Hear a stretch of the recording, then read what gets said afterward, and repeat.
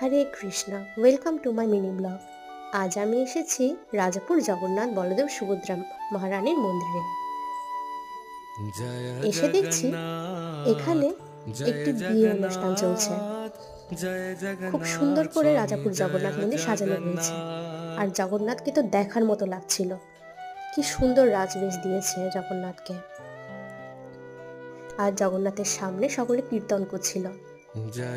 আচ্ছা, সকাল টাইমে কারা কারা বিয়ে অনুষ্ঠান দেখেছো তোমরা কমেন্টে জানাও তো।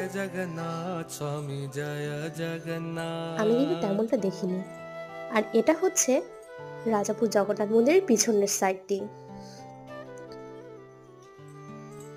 খুব সুন্দরভাবে এখানে সাজানো হয়েছে। এখানে দেখতে পাচ্ছ কি সুন্দর ঝর্ণা। জয় জগন্নাথ স্বামী জয় জগন্নাথ।